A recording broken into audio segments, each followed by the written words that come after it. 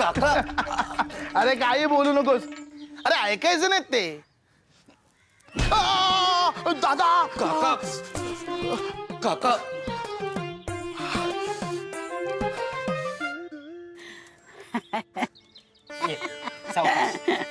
देवीच गाराणे घातले हो. म्हटले परचुऱ्यांची आवडी तुझ्या करता पक्की होऊन जाऊ देत. माझ्या करता हो. कोण रे तू? आजी मी नानू. दिसते हो मला. चल इकडे, चल इकडे. हा कुठे गेला? ये ये ये ये ये बस बस बस बस. म्हटले मंडळी मुलीला बघायला गेलेली आहेत तेव्हा ही सोयरीक पक्की झाली अशी गोड बातमी आम्हाला मिळू दे. अगं पण आजी हे नक्की बयोला बघायला गेले आहेत की आवडीला? कोण रे तू? अगं मी बाबू आजी. आजी कशी बाबू असेल? अगं आजी हा बाबू. हा हा, हा, अरे आवडी हे पाळण्यातले नाव बयो लाडानं म्हणतात हो. असे होय. हे लग्न जुळणार. झोलाई देवी पावणार हो पावणार. देवीच्या चेहऱ्यावरचे तेज बघूनच मला समजले. हो देवीचा चेहरा दिसला तुला? मला सर्व दिसते हो. असं म्हणतेस आजी? होय. बरं मला सांग त्या तिकडे कोण उभी आहे? कुठे? ते बघ तिकडे. तिथे ते बघ. तिकडे ते बघ तिकडे. दिसते हो मला. हा कोण म्हणजे काय? कोण? गाढव. हसायला काय झाले तुम्हाला? अगं काय आजी कुत्र्यास गाढव म्हणतेस? कुत्र्याला कशाला गाढव म्हणीन? तुम्हाला गाढव म्हटले हो.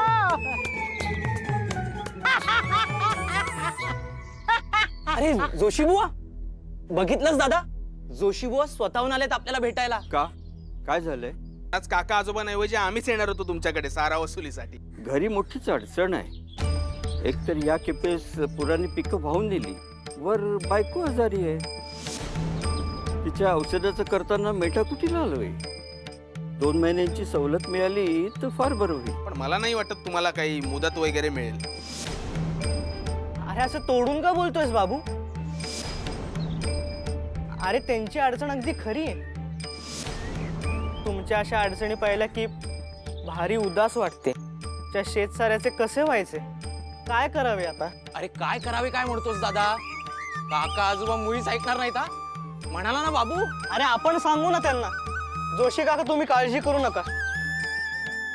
हे घ्या 2 रुपये आणि तुमच्या कामी येतील. सदाशिवा, अहो काका काय करताय? अरे देवी झाली रे तुझ्या रूपात. नाही नाही तिने मला बुद्धी दिली समजा.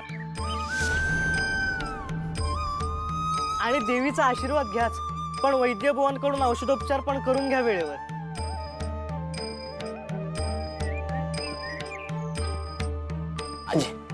सावकाश सावकाश. सदाशिवा धन्य आहे हो तुझी, धन्य आहे. अरे घरी गेल्यानंतर हिशेब देताना हे जर तुझ्या आजोबांना कळले तर लग्न जमले या गोडाधोडा बरोबर शिव्यांची लाखोली खावी लागेल हो तुला.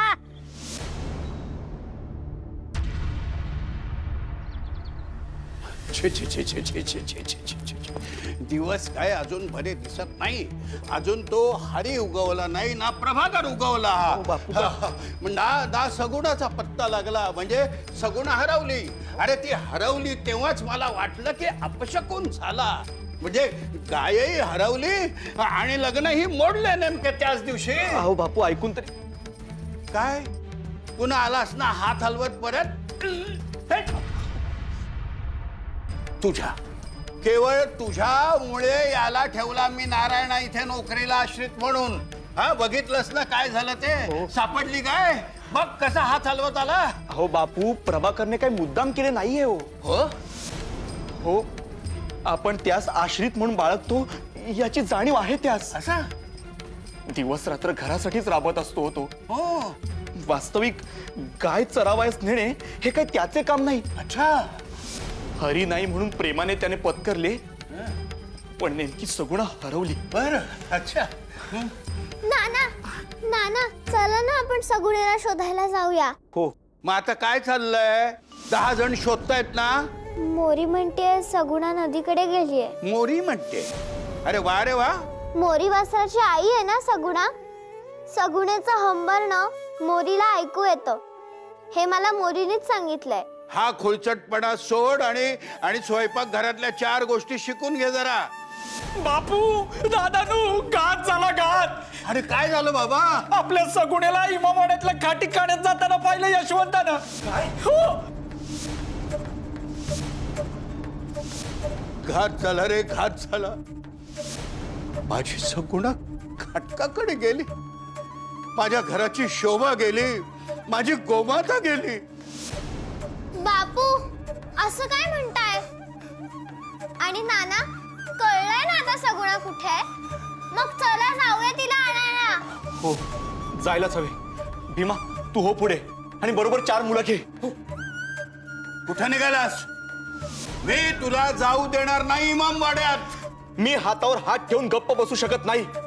गावातली मुलं घेतो आणि सगुण्याला परत आणतो. नाही, मी तुला इमामवाड्यात जाऊ देणार नाही. बापू मग काय उघड्या डोळ्यांनी सगुण्याला जाऊ द्यायची नाही? बापू आजी ते का नाही म्हणतायत? तू सांग ना त्यांना. थांब जरा. आत्ताच्या आत्ता जातो आणि सगुण्याला परत आणतो. बघू कोण काय करतो ते. तुला सगळं गाव पेटवून द्यायचंय का? आधीच नदीच्या पाण्यावरून आपल्यात आणि इमामवाड्यात वाद सुरू आहेत. त्यात आपण दोघे आणि पटवर्धन पुढे असतो. उद्या त्या लोकांनी तुझं डोकं फोडलं तर? फोडू देत, पण सगुणा गेली तर कोणाच्या घशाखाली घास उतरायचा नाही. आज डोकं फुटलं तरी 72 मी सगुण्याला घेऊनच येणार. नाही, शपथ आहे तुला माझी. अरे तुला काय झालं तर आम्ही काय करणार? सगुणेबद्दल मला काहीच वाटत नाही का? पण सगुणेसाठी मी सगळ्यांचा जीव धोक्यात घालू शकत नाही. तिच्या निमित्तानं गाव पेटलेला पाहायचं नाहीये मला.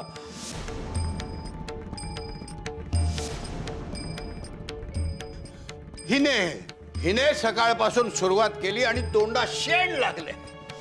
लग्न मोडलं आणि सगुणा काय खाटकाकडे गेली. कळतंय? बापू खचू नका. सान्यांची समजूत आपण काढू. मोडलेलं लग्न जुळेल, सगळं व्यवस्थित होईल. फक्त मला परवानगी द्या. मी इमामवाड्यात जाऊन सगुणेच परत आणतो. नाही, काळजावर दगड ठेवून तुला सांगतो, सगुणा गाय हा विषय आता संपला. बापू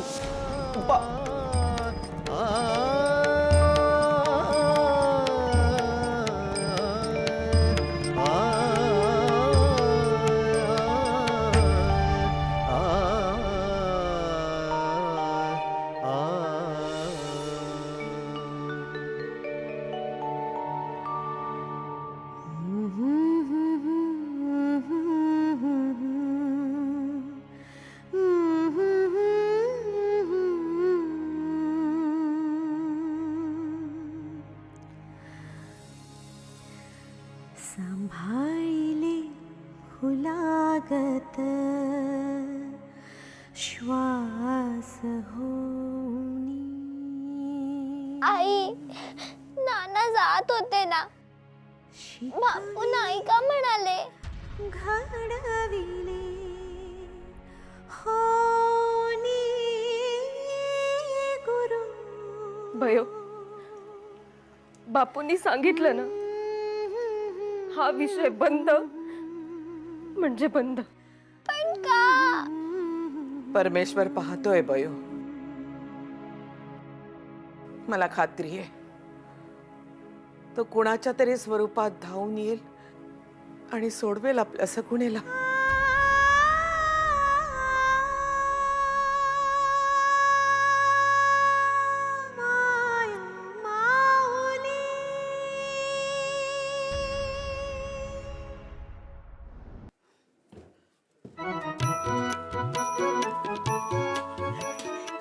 घ्या दूध घ्या. दूध काय? दूध म्हणा. लहान मुलाचं काय समजवत आहे आम्हाला? हो चुकला माझं. घ्या दूध घ्या. नकोय आम्हास. बरे राहिले मी काय म्हणते, परसुरांच्याकडे गेला होतात ना, म्हणजे काय झालं तिथं? पसंत पडली का मुलगी? छान स्वागत झालं असेल ना? गप्प बसा.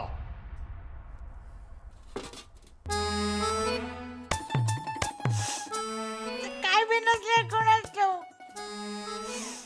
येता जाता बायकोच्या अंगावर आग पाकड करायची. मीच घेते हे दूध आता.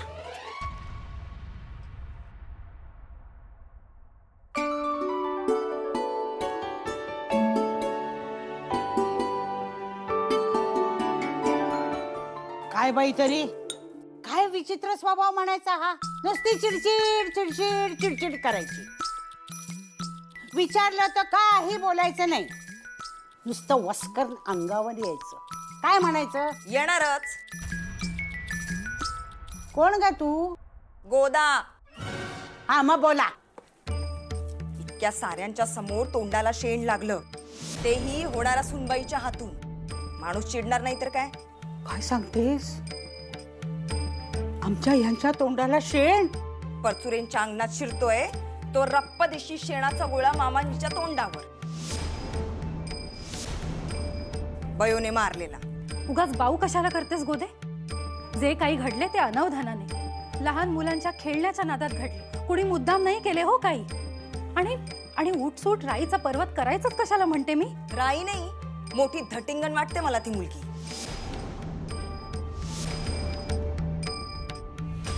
जाऊबाई, तुमचा सदाशिव भोळा सांब, त्यात ही आगाऊ मुलगी. बायको म्हणून त्याला मुठीत ठेवेलच, पण सून म्हणून तुमच्या डोक्यावर मिऱ्या वाटेल मिऱ्या. परचुरेंची बयो सान्यांच्या घरची सून होण्याच्या लायकीचीच नाही. ज्याला तू धटिंगणपणा आणि आगाऊपणा म्हणतेस ना, त्याला मी धीटपणा म्हणते बरं का. आणि मुळूमुळू रडणाऱ्या मुलींपेक्षा अशा धीट मुलीच खमकेपणानं संसार करतात, हे मात्र पक्क. सासूबाई, मला पहिल्यापासून आवडते हो बयो. केवळ धीट नाही, अगदी प्रेमळ खेळकर आहे पोर.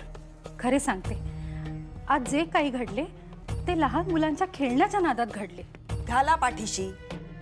सदाशिवाला सुद्धा असेच पाठीशी घालून लाडावून ठेवले नुसते. त्यात ही अशी मुलगी घरात आली म्हणजे झालेच. हे पुरे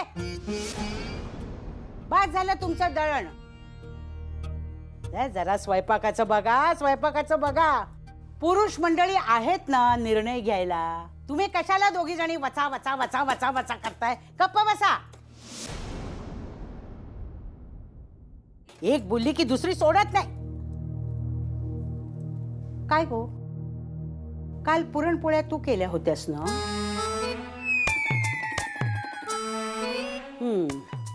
नाही, झाल्या होत्या चांगल्या, पण मी पोळ्या केल्या असत्या ना, त्या कशा रेशमासारख्या अशा मऊ मऊ झाल्या असत्या. तोंडात घातली पोळी की विरघळली, तोंडात घातली की विरघळली, तोंडात घातली की विरघळली. तुझी त्याला खायला मला जरा अवघड गेलं, चावत नव्हते. जाड कडा होत्या.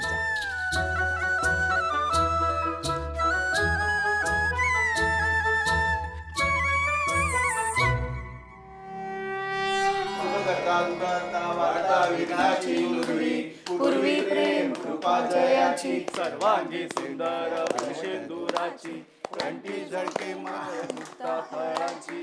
जय देव जय देव जय मंगल मूर्ती, हो श्री मंगल मूर्ती. दर्शन मात्रे मन कामना पूर्ती. जय देव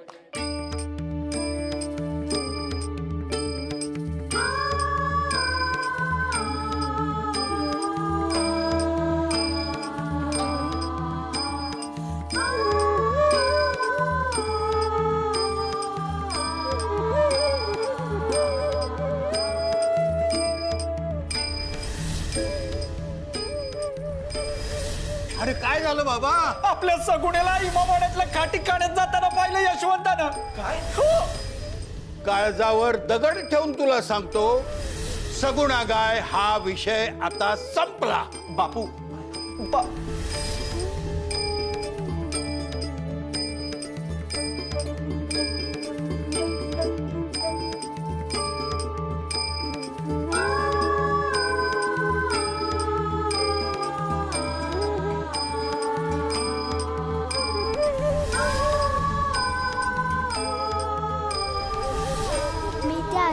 शेणगोळा मारला म्हणून सगुणा काय हरवली का? देवा, माझ्या चुकीची शिक्षा माझ्या गोमातेला का देतोयस?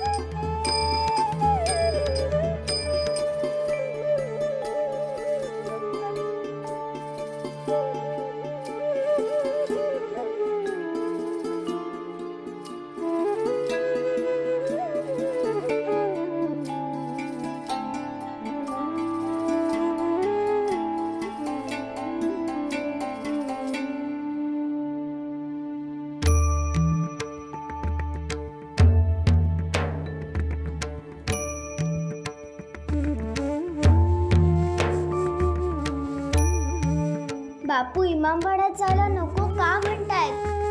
हा इमामवाडा नक्की आहे तरी कुठे?